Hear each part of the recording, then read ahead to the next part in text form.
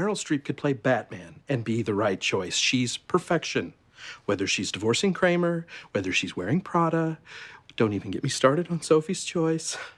Get emotional thinking about it. Meryl Streep is considered by many critics to be the greatest living actress, and she is certainly one of the most decorated, owning the record for the most Academy Award and Golden Globe nominations. When they called my name, I had this feeling I could hear half of America going, oh no. Oh, come on, why? Her. She has broken ground with her undeniable acting skills, her powerful singing voice, her impressive accent adaptability. That is my opinion. Bin in Krakau geboren. Ich bin keine Jüdin. Auch meine Kinder nicht.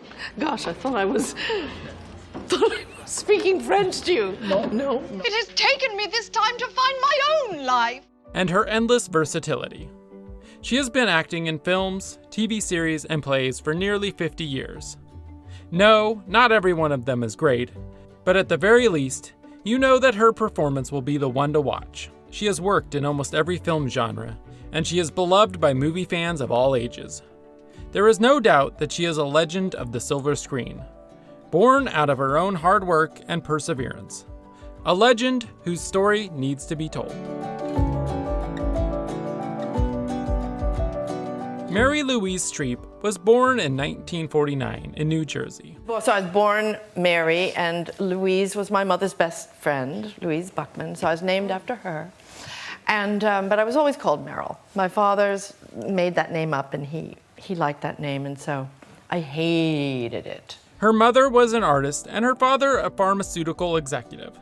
She has two younger brothers who would both grow into actors themselves. Her parents were very supportive of their acting careers, especially her mother, who would constantly remind them of how capable they were of achieving anything they put their minds to. Meryl, in particular, was a fairly shy kid, so her mother would always try to install confidence in her, especially at a young age, when Meryl started showing interest in acting. She liked to show off in front of the camera in the family's home movies, and participated in her school's plays. At the age of 12, she was selected to sing at a school recital, leading to her having opera lessons. She later confessed that she felt as if she was singing something she didn't feel nor understand. She quit after 4 years when she took on cheerleading. She was pretty popular back then and was even chosen as the homecoming queen her senior year. Once she graduated, she attended Vassar College, a private art school, where she really fell in love with acting. The great thing about acting is that you can live another life, but not really. You can go through the most dramatic of circumstances and test your will and your strength and your character and every other thing, but not really. I mean, you can come to the brink of death, but not really. Although Streep had appeared in numerous school plays during her high school years, she wasn't truly interested in theater until acting in the play Miss Julie, in which she gained attention across the campus. She demonstrated an impressive self-taught ability to mimic accents and to quickly memorize lines. So, in 1971, after receiving her BA cum laude, she applied for an MFA at the Yale School of Drama. To supplement her courses, she worked as a waitress and typist, while also playing in over a dozen stage productions per year. At one point, she became so overworked that she developed ulcers, and thought about quitting acting and switching to law. But she pushed on and received her MFA in 1975. After that, she moved to New York City to spark her professional acting career. During a production, she met the actor John Cazale, who she'd quickly start dating and moved in with. I think probably I was more glib and ready to pick the first idea that came to me. And he would say, there's a lot of other possibilities. And that was a real lesson. That I really took that to heart, and I always think about it. At that time, Streep had not aspired to become a film actor. It wasn't until 1976, when she saw Robert De Niro's performance in Taxi Driver, that she said to herself, that's the kind of actor I want to be. So she began auditioning for film roles.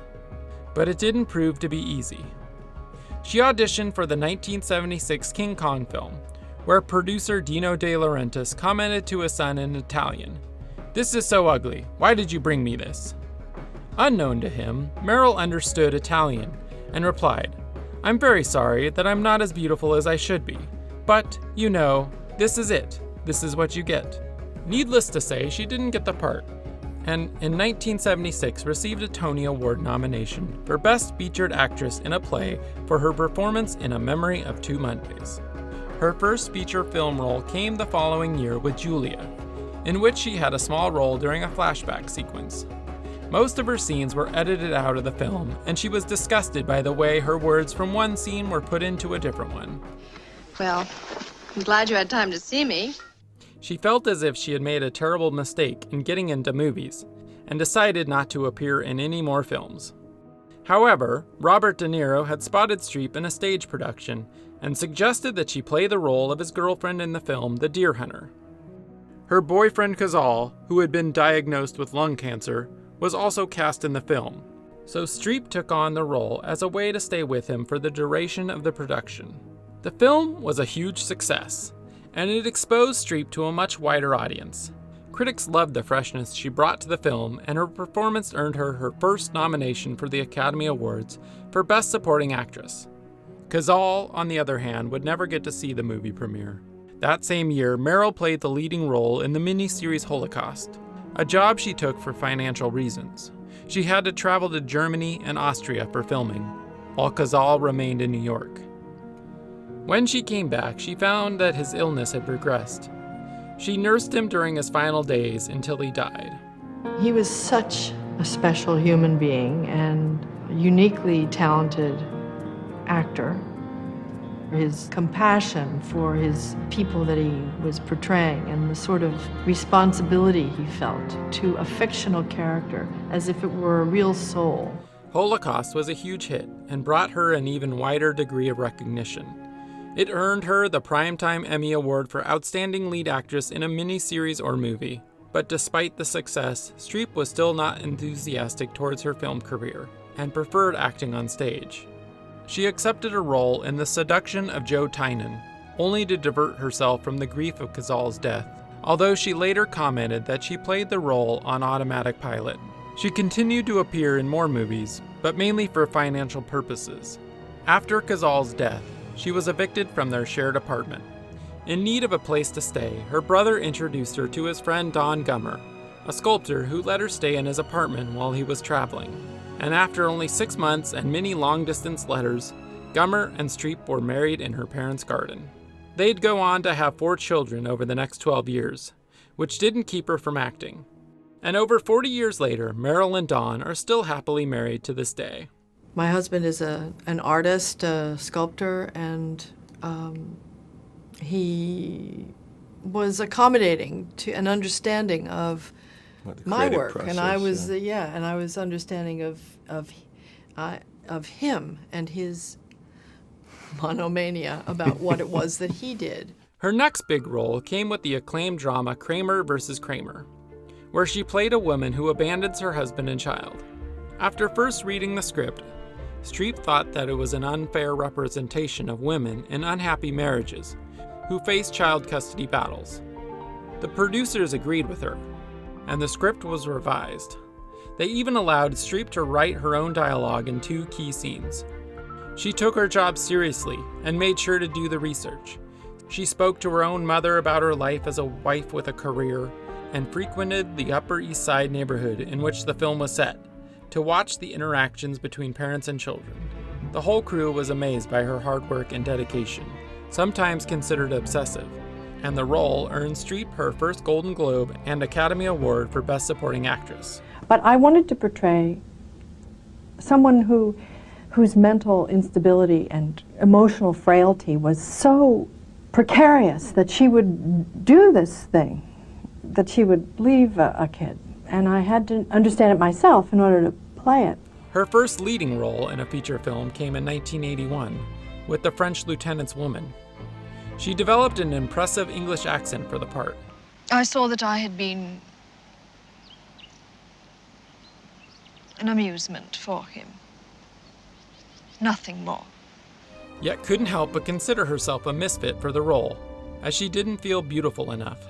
Critics didn't seem to agree, and she was awarded a BAFTA award for Best Actress in a Leading Role. Even greater success came the next year, when she starred in the drama Sophie's Choice, portraying a Polish survivor of Auschwitz caught in a love triangle.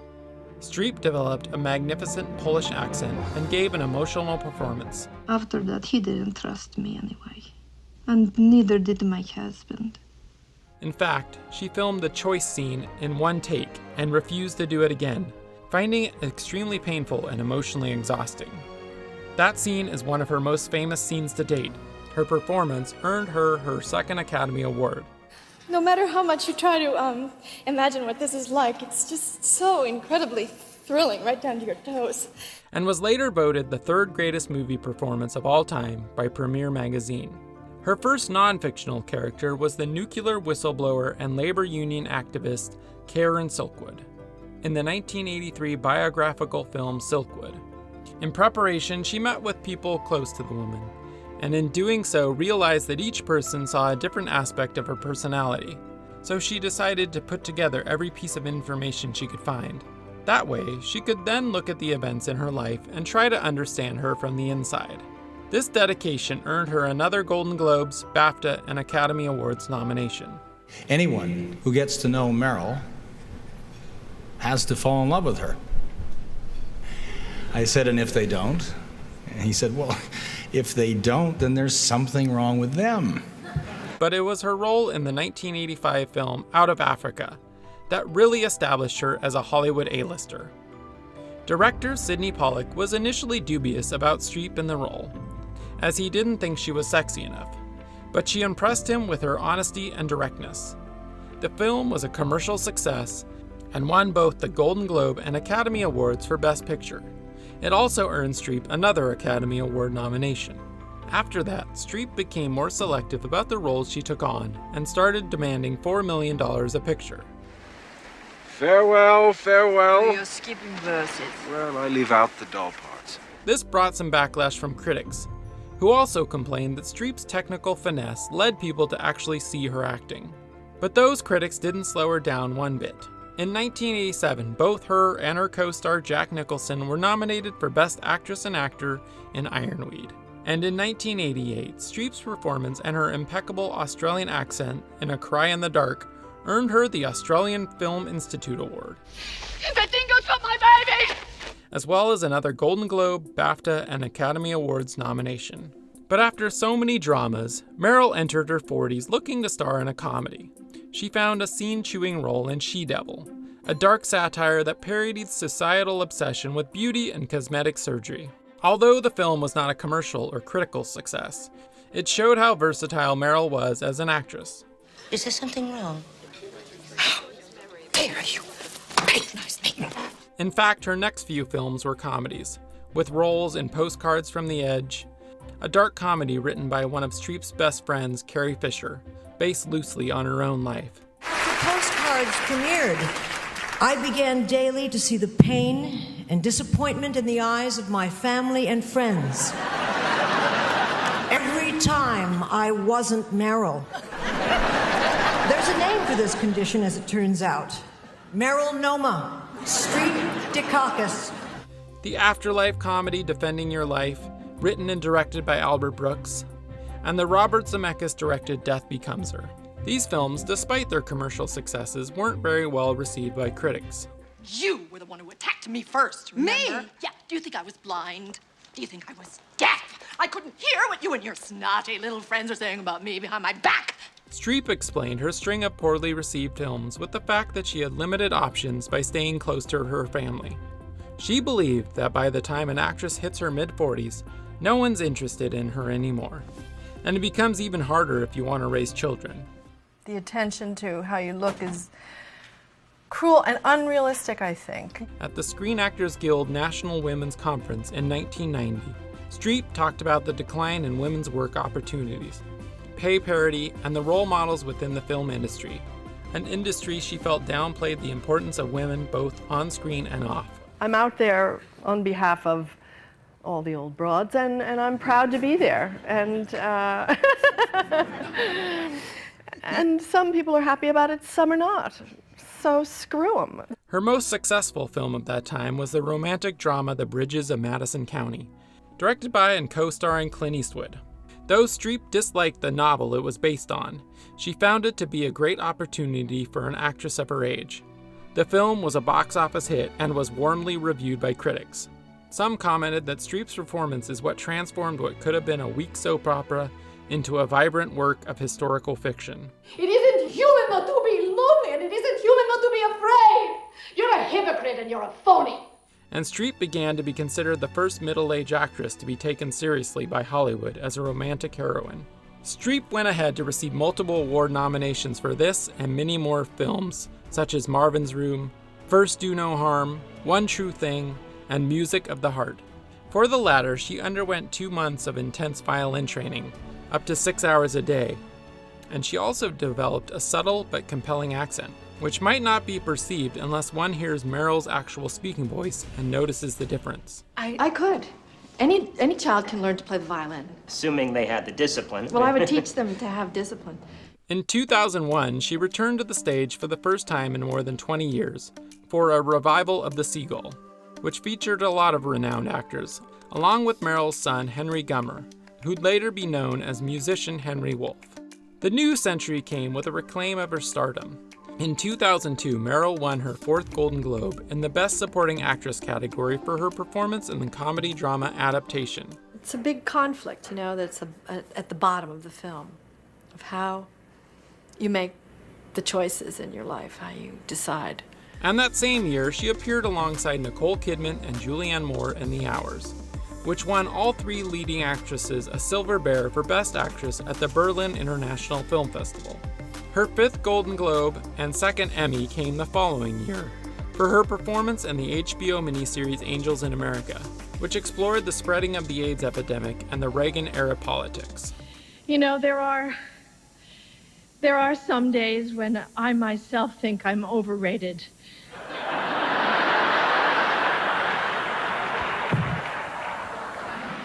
But not today. The following years, she would keep alternating between movie genres, such as the 2000 remake of the drama The Manchurian Candidate, and the comedies A Series of Unfortunate Events, Prime, and A Prairie Home Companion. Most were commercial successes. She would take voice acting roles in animated films like The Ant Bully and Wes Anderson's Fantastic Mr. Fox. If what I think is happening, it better not be. And narrated documentaries and audiobooks. She also had a voice cameo in Steven Spielberg's AI and an episode of The Simpsons. Thanks, Art. I have to go over here now. In 2006, her biggest commercial success to that point was The Devil Wears Prada, where she played a powerful and demanding fashion magazine editor. Her portrayal was beloved by audiences and drew rave reviews from critics, earning her many award nominations, including her, at that time, record-setting 14th Oscar bid, as well as another Golden Globe win. Truth is, there is no one that can do what I do. Even greater success came in 2008 with Mamma Mia, a musical based on the songs of the pop group ABBA. Mamma Mia became Streep's highest-grossing film to that date and left no doubt about her talent as a singer. She was nominated for a Grammy Award, and her version of the song Mamma Mia won the People's Choice Award for Favorite Song from a Soundtrack. Mamma mia, now I really know, my, I should not have let you go. And she was also nominated for another Golden Globe, and critics began to call her the greatest actor in American movies. That same year, she showed a very different angle in the drama Doubt, where she embodies a nun who brings accusations of pedophilia against a priest. The film received 5 Academy Award nominations, one of which was for Meryl's performance. Her most recent nominations were for Julie and Julia, a biographical dramedy for which she gained 15 pounds and brilliantly embodied the larger-than-life Julia Child. That's exactly the sort of thing that I'm very interested in learning how to do. August, Osage County, where she portrayed a family matriarch who is suffering from oral cancer and an addiction to narcotics. Into the Woods, a Grimm Brothers-inspired fantasy musical where she plays a vengeful witch. Florence Foster Jenkins, a comedy about an unaware, tone-deaf opera singer who insists upon a public performance. It is true that a lot of singers my age are on the decline, but I seem to just get better and better. The Post, a political drama directed by Steven Spielberg, and her third Oscar win came with The Iron Lady, a British biographical film about Margaret Thatcher. I look out here and, I see my life before my eyes, my old friends, my new friends. This is such a great honor, but the thing that counts the most with me is the friendships and the love and the sheer joy we have shared making movies together. My friends, thank you, all of you, departed and here, for this, inexplicably wonderful career. Thank you so much. Thank you. Besides award nominations, more commercial successes kept coming in with the Mamma Mia sequel, Mary Poppins Returns, and Little Women. She also began starring in productions for streaming services, such as the second season of HBO's Big Little Lies and the films The Laundromat and The Prom for Netflix. This is gonna get me my third Tony Award. And Let Them All Talk for HBO Max. Her latest film, the satirical comedy Don't Look Up, in which she plays the familiarly dim-witted American president, was also made for Netflix. I didn't pay attention to the seriousness because my character doesn't pay attention to the seriousness. She's like, la, la, la, la, I don't want to think about this. Meryl believes that being an actor is a privilege, and as such comes with a responsibility to speak up and take action in social matters. Therefore, she is deeply engaged in politics and advocates for equality and inclusion. My own sense of well-being and purpose in the world. That comes from studying the world feelingly, with empathy in my work. It comes from staying alert and alive and involved in the lives of the people that I love and the people in the wider world who need my help. No matter what you see me or hear me saying when I'm on your TV holding a statuette and spewing, that's acting. She is the spokesperson for the National Women's History Museum and supports campaigns that aim to spread female empowerment. She has also established 2 scholarships for students at the University of Massachusetts Lowell and funded a screenwriters lab for female screenwriters over 40 years old. Her activism has earned her a considerable amount of hate, but nothing that could distract from the incredible acting skills she is known worldwide for. In 2014, at the age of 65, she was awarded the Presidential Medal of Freedom, the highest civilian honor in the United States. There is no doubt that Meryl Streep is one of the best actresses in the history of cinema. She owns a record of 21 Academy Award nominations, of which she has won 3, and a record of 32 Golden Globe nominations, of which she has won 8. Her success is found not only in her multiple awards and recognitions, but also in the way she managed to fit her family life into her busy schedule. She has maintained a relatively normal private life and raised 4 children who all followed their parents' steps into artistic fields, and has recently become a grandmother for the first time. She has inspired and influenced actors of all ages, as well as future generations of up-and-coming actors, who will look at her work and, just like she looked up to Robert De Niro, say, "That's the kind of actor I want to be."